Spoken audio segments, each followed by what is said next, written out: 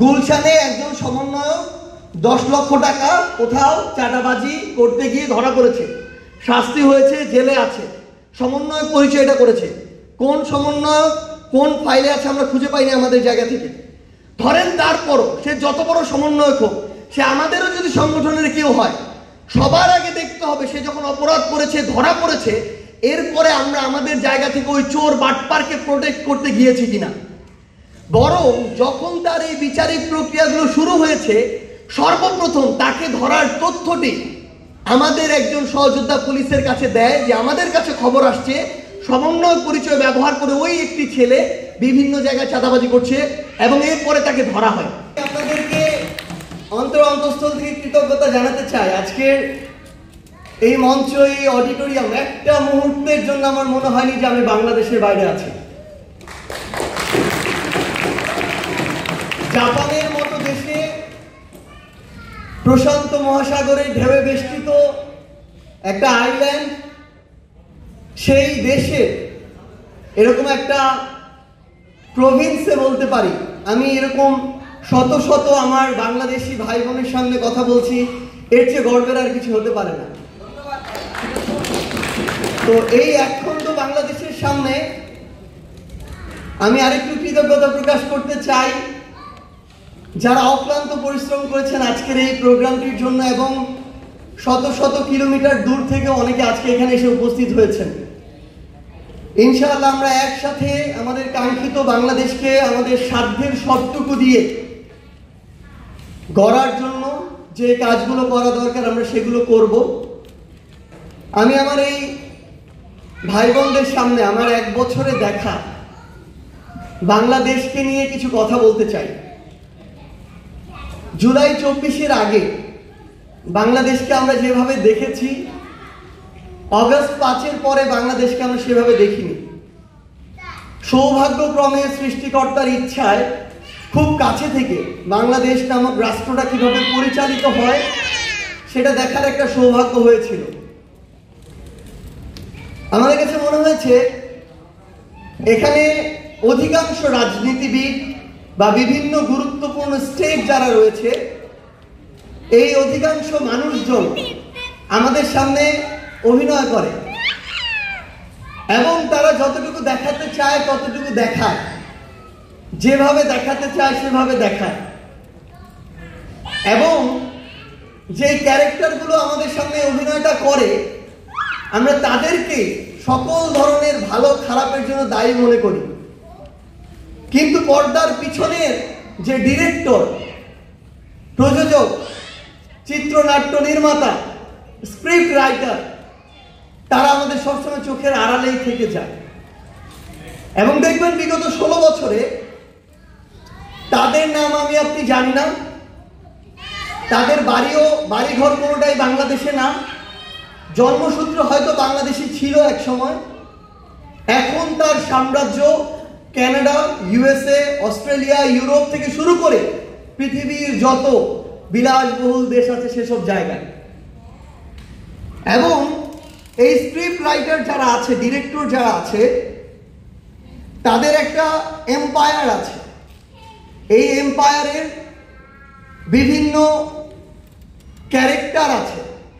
এই ক্যারেক্টারগুলো প্রত্যেকটা গুরুত্বপূর্ণ ক্ষেত্রে আছে। বাংলাদেশের রাষ্ট্র পরিচালনা, রাজনীতিতে আছে, আপনি যদি দেখেন আমলাতন্ত্রে আছে, প্রশাসনে আছে, মিডিয়াতে আছে, ব্যবসাতে আছে, এবং সাধারণ জনগণের ভান ধরে অনেকে আছে, এজেন্সির ভান ধরে অনেকে আছে, বৈদেশিক বন্ধুর ভান ধরে অনেকে আছে।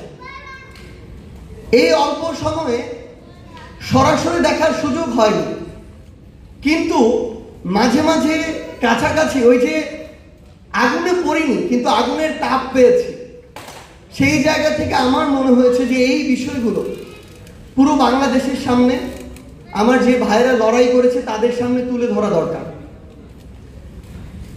প্রত্যেকটা জায়গায় এই একটা অসাধু চক্র আছে। আমরা অসাধু চক্র বলতে কাউরান বাজারের কিছু ব্যবসায়ীকে বুঝি, কাঁচা বাজারের কিছু ব্যবসায়ীকে বুঝি, দ্রব্যমূল্যের দামের ঊর্ধ্বগতির সাথে সম্পর্কিত কিছু ব্যবসায়ীকে বুঝি।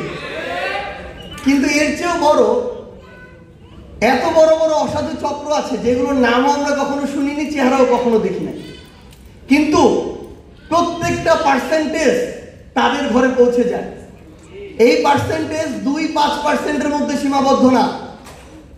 আপনার দেশের বড় বড় বাহিনীর যে অস্ত্র সরঞ্জাম কেনা হবে, আপনার বাহিনী সার্বভৌমত্ব রক্ষায় যে শক্তিশালী হয়ে উঠবে, সেই হয়ে ওঠার যত ধরনের সরঞ্জাম, যন্ত্রপাতি এবং ব্যাকআপের প্রয়োজন, তার জন্য যত বরাদ্দ, সেই বরাদ্দের অধিকাংশই ওই বড় বড় কুমিরগুলো খেয়ে ফেলে, যেগুলো সম্পর্কে আমাদের বিন্দুমাত্র ধারণা নাই।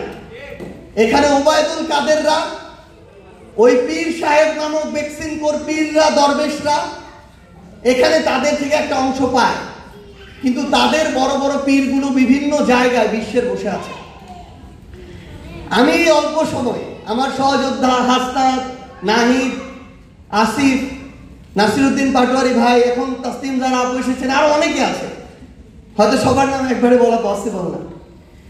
আমরা এই অল্প সময় দেখেছি, আমরা যখন তাদের উপস্থিতি, প্রভাব, তাদের কালো ছায়া এই দেশের সার্বভৌমত্বে এগিয়ে যাওয়ার ক্ষেত্রে কিছুটা আন্দাজ করতে পেরেছি এবং তাদেরকে আঘাত করার চেষ্টা করেছি, তারা তাদের পুরো সার্কেলটাকে একসাথে নিয়ে আমাদেরকে যেভাবে আঘাত করে, প্রশ্নবিদ্ধ করে, প্রোপাগান্ডা ছড়িয়ে ছিন্ন বিচ্ছিন্ন করে দেওয়া যায়, যেভাবে আপনাদের কাছে আমাদের গ্রহণযোগ্যতাকে নষ্ট করে দেওয়া যায়, সেই সকল প্রক্রিয়ার জন্য তারা শত শত কোটি টাকা ব্যয় করেছে এবং এখনো করছে।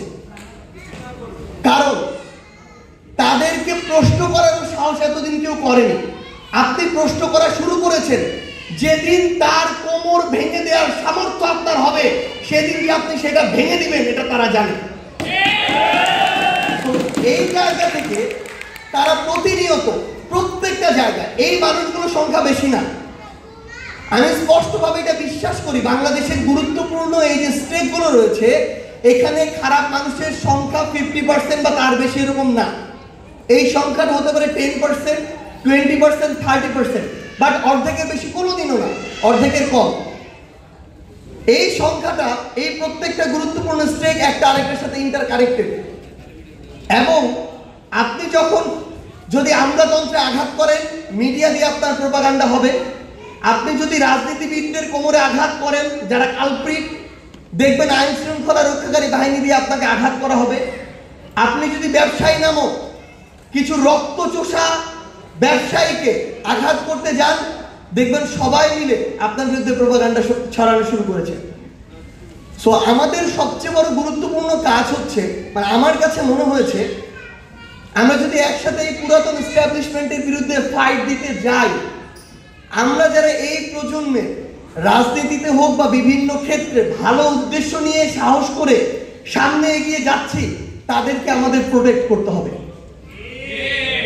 আমরা সোশ্যাল মিডিয়ায় অসংখ্য প্রোপাগান্ডার সমন্বয় দেখছি। আমার গ্রামের যারা ভাই বোনেরা, মা বাবা, চাচারা, তাদের এই ফ্যাক্ট চেক করার কিন্তু অ্যাবিলিটি নাই। না থাকার কারণে তারা তাদের জায়গা থেকে অনেকে এগুলো বিশ্বাস করে ফেলছে। কিন্তু যেই প্রজন্ম, আমার যেই সহযোদ্ধারা এই অভ্যুত্থানের লড়াইয়ে দেশে দেশের বাইরে নেতৃত্ব দিয়েছে, সংগঠিত করেছে, তারা যদি এই প্রোপাগান্ডাগুলোকে ব্রেক না করে, তাহলে যারা সাহস নিয়ে সামনে এগিয়ে আসবে তারা কেউ দাঁড়াতে পারবে না।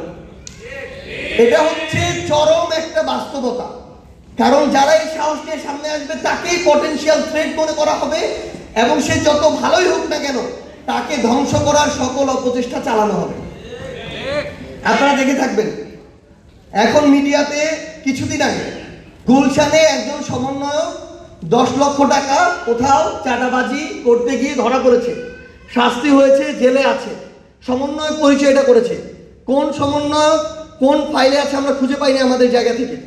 ধরেন তারপরও সে যত বড় সমন্বয়ক হোক, সে আমাদেরও যদি সংগঠনের কেউ হয়, সবার আগে দেখতে হবে সে যখন অপরাধ করেছে, ধরা পড়েছে, এরপরে আমরা আমাদের জায়গা থেকে ওই চোর বাটপারকে প্রোটেক্ট করতে গিয়েছি কিনা।